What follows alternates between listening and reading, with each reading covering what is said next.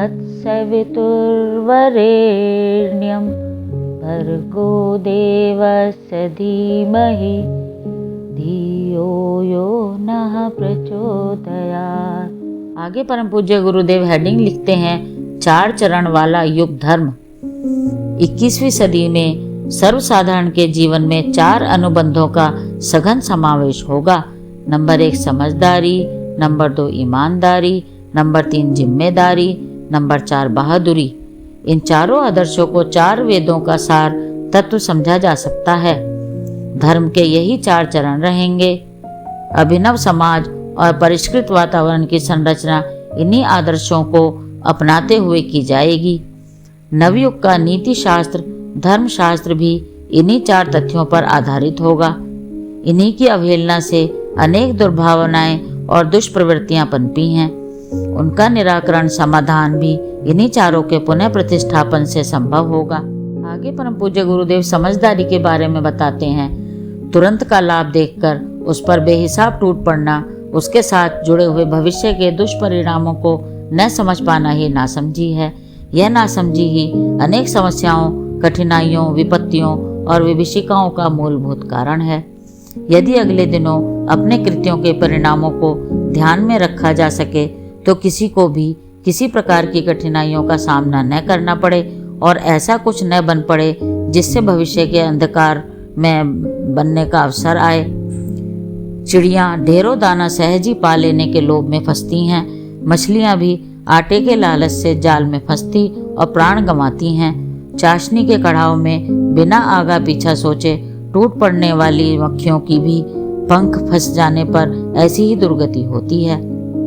असंयमी, अनाचारी, दुर्व्यसनी तत्काल का लाभ देखते हैं और यह भूल जाते हैं कि इस उतावली के कारण अगले ही दिनों किन दुष्परिणामों का सामना करना पड़ेगा। जिनकी आंखों में दृष्टि दोष हो जाता है वे मात्र समीपवर्ती वस्तु ही देखते हैं, दूर की वस्तुएं उन्हें दिखाई ही नहीं पड़ती। इसीलिए बार बार ठोकरें खाते, टकराते और गड्ढों में गिरते रहते हैं। इन दिनों व्यक्ति और समाज के सामने अगणित समस्याएं हैं। इन सब का एक ही कारण है नासमझी। असंयमी, प्रमादी, सजधज को प्रधानता देने वाले अहंकारी मात्र उद्धत कृत्यों में ही लाभ देखते हैं और यह भूल जाते हैं कि प्रामाणिकता गंवा बैठने, असमर्थ रह जाने और कुटेवों के अभ्यस्त बन जाने पर किस प्रकार अपना व्यक्तित्व ही हेय बन जाता है। अनगढ़ स्थिति में पड़े रहकर ऐसी हानि उठाते हैं जिसकी क्षतिपूर्ति भी नहीं हो सके। इन दिनों नासमझी ही महामारी बनकर हर किसी के सिर पर छाई हुई है। भ्रष्ट चिंतन और दुष्ट आचरण इसी कारण बन पड़े हैं। मनः स्थिति परिस्थितियों को जन्म देती है और उसके अवांछनीय होने पर अपने लिए संबंधित अन्यायों के लिए अनेक प्रकार के संकट उत्पन्न करती है। समझदारों की नासमझी ही अगणित विपत्तियों का कारण बनी हुई है। यह सच है कि मनुष्य भटका हुआ देवता है, वही अपने भाग्य का निर्माता भी है। प्रवाह प्रचलन को सही दिशा देने की उसमें परिपूर्ण सामर्थ्य है। दिशा बोध ही समस्त भटकावों का निराकरण है। इन दिनों सभी विचारशीलों का दृष्टिकोण एवं पुरुषार्थ एक केंद्र पर केंद्रित होना चाहिए। आदर्शों के प्रति श्रद्धा तथा तर्क, तथ्य और प्रमाण के पक्षधर विवेक का समन्वय यदि बन पड़े तो समझना चाहिए कि भंवर से नाव को पार कर लेने में और कोई बड़ा व्यवधान शेष नहीं रह गया। आगे परम पूज्य गुरुदेव ईमानदारी के बारे में लिखते हैं। दूसरों से अपने लिए जिस प्रकार के व्यवहार की आशा करते हैं वैसा ही व्यवहार दूसरों के साथ करना, यही ईमानदारी की समग्र परिभाषा है। हम दूसरों से स्नेह की, सहयोग की, सद्भाव की, सद्व्यवहार की अपेक्षा करते हैं। ठीक वैसा ही दूसरों के साथ अपना व्यवहार बनता रहे। ईमानदारी के समस्त उदाहरण इसी एक तथ्य को चरितार्थ करने में सन्निहित हो जाते हैं। अपने को जो बुरा लगता है उसी का आचरण दूसरों के साथ किया जाए तो इसे बेईमानी कहना होगा। हम नहीं चाहते कि कोई हमें ठगे, पीड़ा पहुंचाए, निष्ठुरता बरते, असभ्यता बरते, फिर ठीक वैसा ही व्यवहार दूसरों के साथ हम अपनी ओर से क्यों करें? यदि दूसरों के स्थान पर होते तो हम किस प्रकार के बर्ताव की आशा करते? ठीक इसी कसौटी पर हम हर प्रसंग में, हर क्षेत्र में कसकर यह जानना चाहिए कि अपनी ईमानदारी खरी है या खोटी। ईमानदारी ही धर्म है, उसी को भक्ति, ज्ञान, अध्यात्म, साधना, तपश्चर्या का सार तत्व समझना चाहिए। इसके लिए किसी बड़े ग्रंथ को पढ़ने या संत विद्वान के पूछताछ करने की आवश्यकता नहीं है। इस संबंध में सबसे अधिक सुयोग्य न्यायाधीश अपनी आत्मा ही हो सकती है। अपने से बार बार पूछते रहना चाहिए, अपने को जांचना चाहिए कि न्याय का सिद्धांत कितनी मात्रा में अपनाया जा रहा है। जितना अपने को खरा पाया जाए, समझना चाहिए कि उतने ही अंशों में हम धर्मात्मा हैं। दूसरे लोग बेईमानी बरतते हों तो उस कुचक्र से अपने को बचाना चाहिए। अनीति पर उतारू लोगों को समझाने से लेकर प्रताड़ित करने तक की नीति अपनानी चाहिए, पर बदले में ऐसा न किया जाए कि स्वयं ही दूसरे गिरे हुए व्यक्ति के स्तर पर नीचे उतर आएं। आगे परम पूज्य गुरुदेव जिम्मेदारी के बारे में लिखते हैं, मनुष्य स्वतंत्र, स्वच्छंद, स्वेच्छाचारी घूमता है, पर वस्तुतः वह अनेक उत्तरदायित्वों से बंधा है।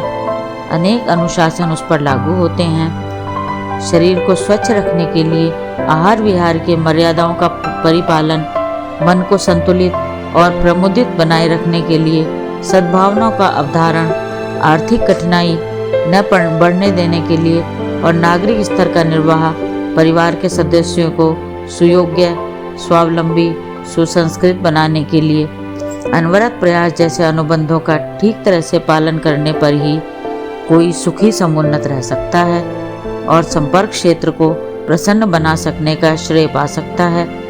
जो इन जिम्मेदारियों की उपेक्षा करते हैं वे अनाचरण में फंसते और अनेक प्रकार के त्रास सहते हैं।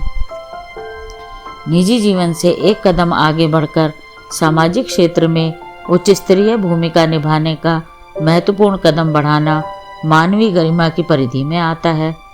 वसुधैव कुटुंबकम की मान्यता आदर्शवादिता में गिनी जाती है।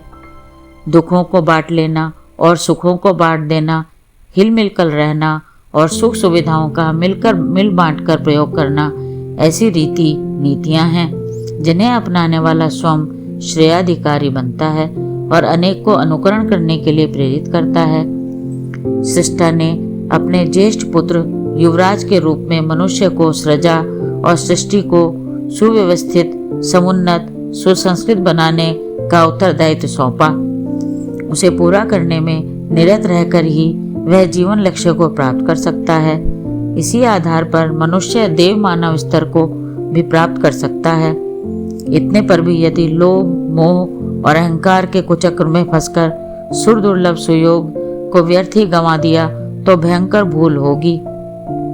ऐसी गैर जिम्मेदारी इन दिनों तो दिखाई ही नहीं जानी चाहिए।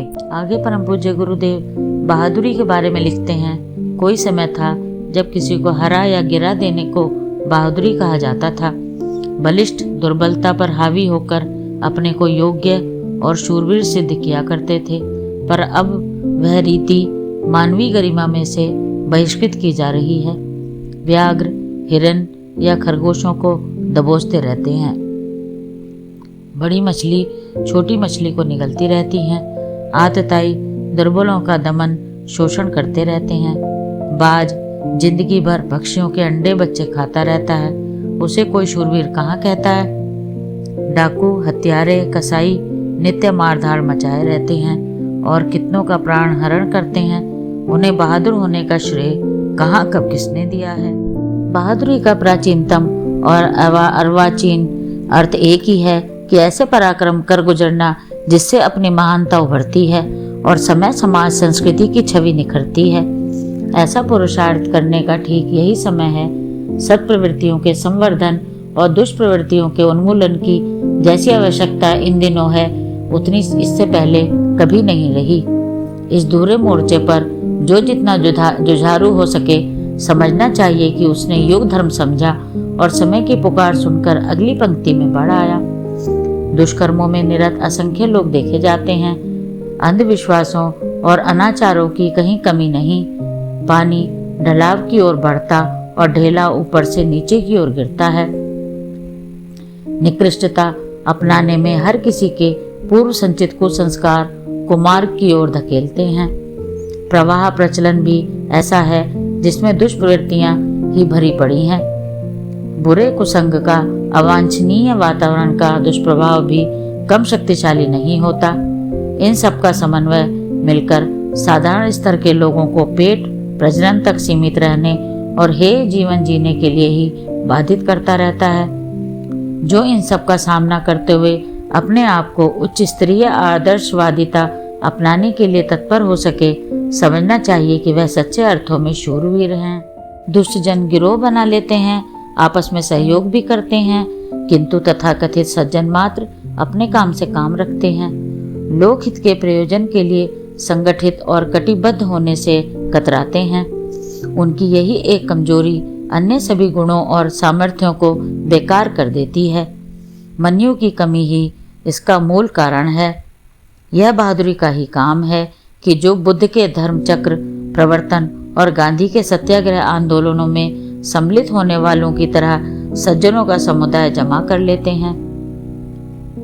बहादुरी हनुमान अंगद जैसों को ही सराही जाती है। जो महामानव इसी स्तर के होते हैं, वे अपनी उत्कृष्टता और परमार्थ परायणता के आधार पर ऐसे कृत्य कर दिखाते हैं मानो उन्हें किसी दैवी शक्ति के सहारे उतने बड़े चमत्कार कर दिखाने का अवसर मिला है। धर्म दर्शन अध्यात्म तत्व दर्शन के अनेक नियम निर्धारित हैं। उनके उतार चढ़ाव और मतभेद ही आमतौर से लोगों के मानस पर छाए रहते हैं, पर अगले दिनों यह नियम पूरी तरह उलट जाएगा। समझदारी, ईमानदारी, जिम्मेदारी और बहादुरी के 4 चरणों की परिधि में उत्कृष्टता के समस्त सिद्धांतों का समावेश हो जाएगा। इतने छोटे धर्मशास्त्र से भी युग समस्याओं का समाधान हो सकना संभव हो जाएगा। अगले दिनों प्रत्येक विचारशील को आत्मनिरीक्षण की साधना में किसी न किसी रूप में सम्मिलित होना पड़ेगा। देखना जांचना होगा कि उपरोक्त चारों मान्यताओं ने अंतःकरण में कितनी गहराई तक प्रवेश किया और उन्हें कार्य रूप में परिणत करने के लिए कितना प्रयास करना पड़ा। जो कमी रह रही होगी उसे पूरा करने के लिए हर भावनाशील अगले दिनों निरंतर प्रयत्न किया करेगा। आगे परम पूज्य गुरुदेव लिखते हैं, अपना सुधार करो तो संपर्क में आने वाले दूसरे भी सुधर जाएंगे। अपने को जो नहीं सुधार सका उसको धर्मोपदेश देने का अधिकार कहाँ होता है। परम पूज्य गुरुदेव के क्रांति धर्मी साहित्य की आगे की वीडियो देखने के लिए कृपया लाइक करें, सब्सक्राइब करें तथा हमारी नई वीडियो देखने के लिए बेल आइकन दबाएं। धन्यवाद।